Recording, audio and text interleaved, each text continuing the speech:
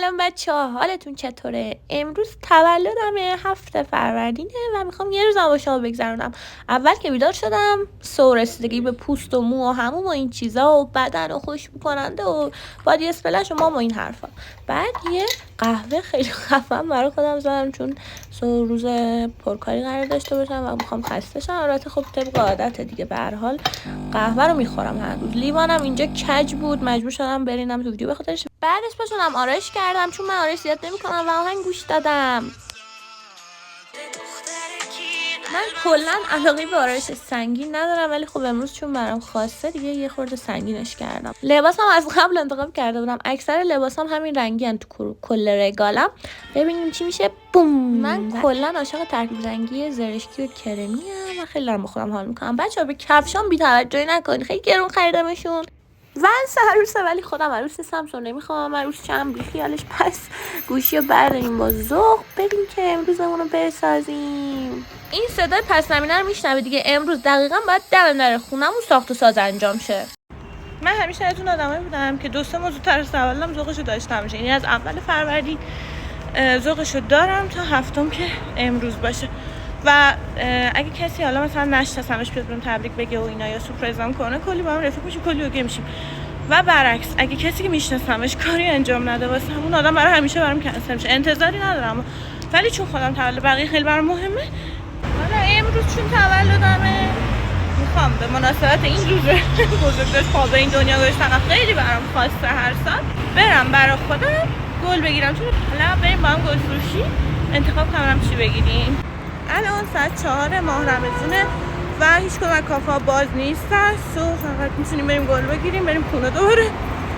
اما کافه اینا نمیتونیم بریم چون که ساعت 6:30 بزنم، الان ساعت 4.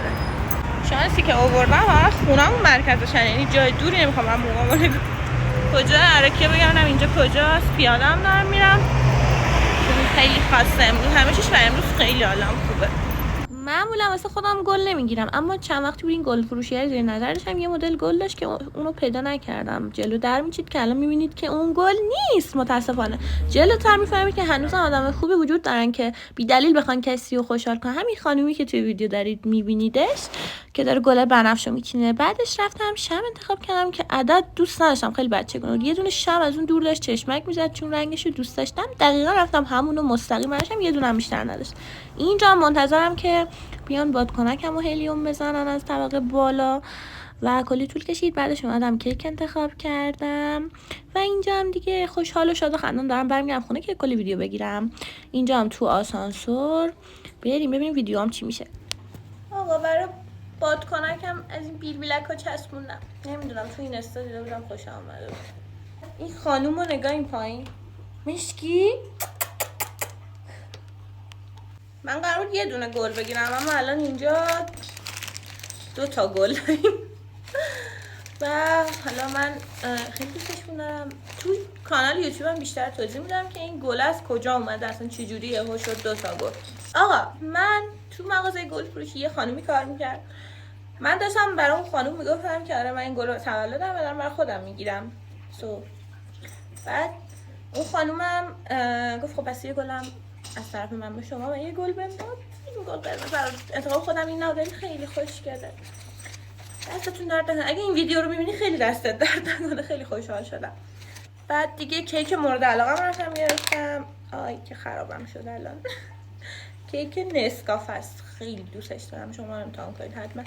و شمی که دوست دارم رنگ مورد علاقه‌ام، چون کلا برای تولدم خیلی ذوق دارم هر سال.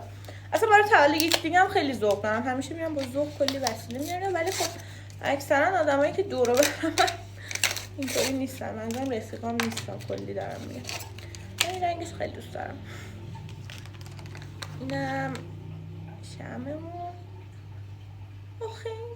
یه چیز دیگه هم که خیلی علاقه دارم بهش فش است، اونم چون خیلی دوست داشتم گرفتم. نمیدونم حالا چند تا توشه، هر چی که خوشحال کننده است برام دوستش دارم. از 2 تا روشن کنم به مناسبت سنم، عدد سنم 22، 2 تا روشن. این فرآیندی که شما دارید میبینید روشن کردن فش بشه حداقل 1 ربع طول کشید. نپاشه تو صورتم. آره میپاشه تو صورتت، بشین تا روشن شه. خیلی سال تشتش نگرفتم، یادم قبلا خیلی زودتر روشن میشد و بله یهو روشن میشه و پشمشمامون میریزه. پشمام میریزه یهو. تشکر. دستا بره بالا داون حالا فرمول دست منه که بالاین خوبه همینه آهان کارتو بسا چه دلچیکا بناین دستا بره بالا داون حالا فرمول دست منه که بالاین خوبه همینه آهان. اینم از این بادکنک خوشگلم اینوری باشه. من تا آخرین لحظه ویدیو با این بادکنک درگیرم. فوت کنیم. نه تنها با بادکنک، با فندک، کیک، دوربین، همه چی، با قربان، با همه چی درگیرم. روشن نمیشه لامصب. فندک جام رفتم فندک آشپزخونه رو آوردم صبح. و مجدد با بادکنکی که بسیار درگیرشم. اینطوری بهتر. چقدر تو دهنم بادکنکه واقعا. این خانم مشکی تا آخر ویدیو 20 دفعه این بادکنکه رو دزدید برد، درگیری ایجاد کرد و پاپیونام هم کند.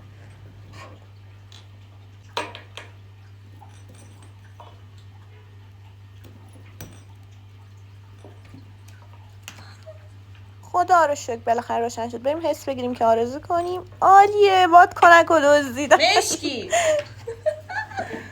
این صحنه ها و صدا رو فقط کسی که میان خونه‌مون میشنون. شما هم بشنوید حرفای من با گربام. خب دیگه اگه خدا بخواد بریم آرزو کنیم. آرزو خوبی تو سرمه ولی دیگه بلند نمیشه گفتشون میان میبرنم. اینم این بری باشه.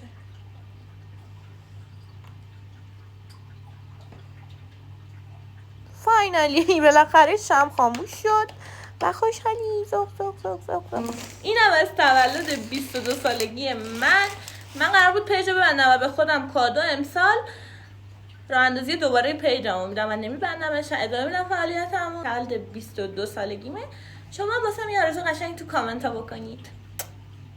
دیگه یه چای برای خودمون بریزیم تازه دم. امروز یه غریبه بهم نشون داد که هنوزم آدمای خوبی هستن که بخوان آدمای دیگر خوشحال کنن بدون اینکه انتظاری ازشون داشته باشن.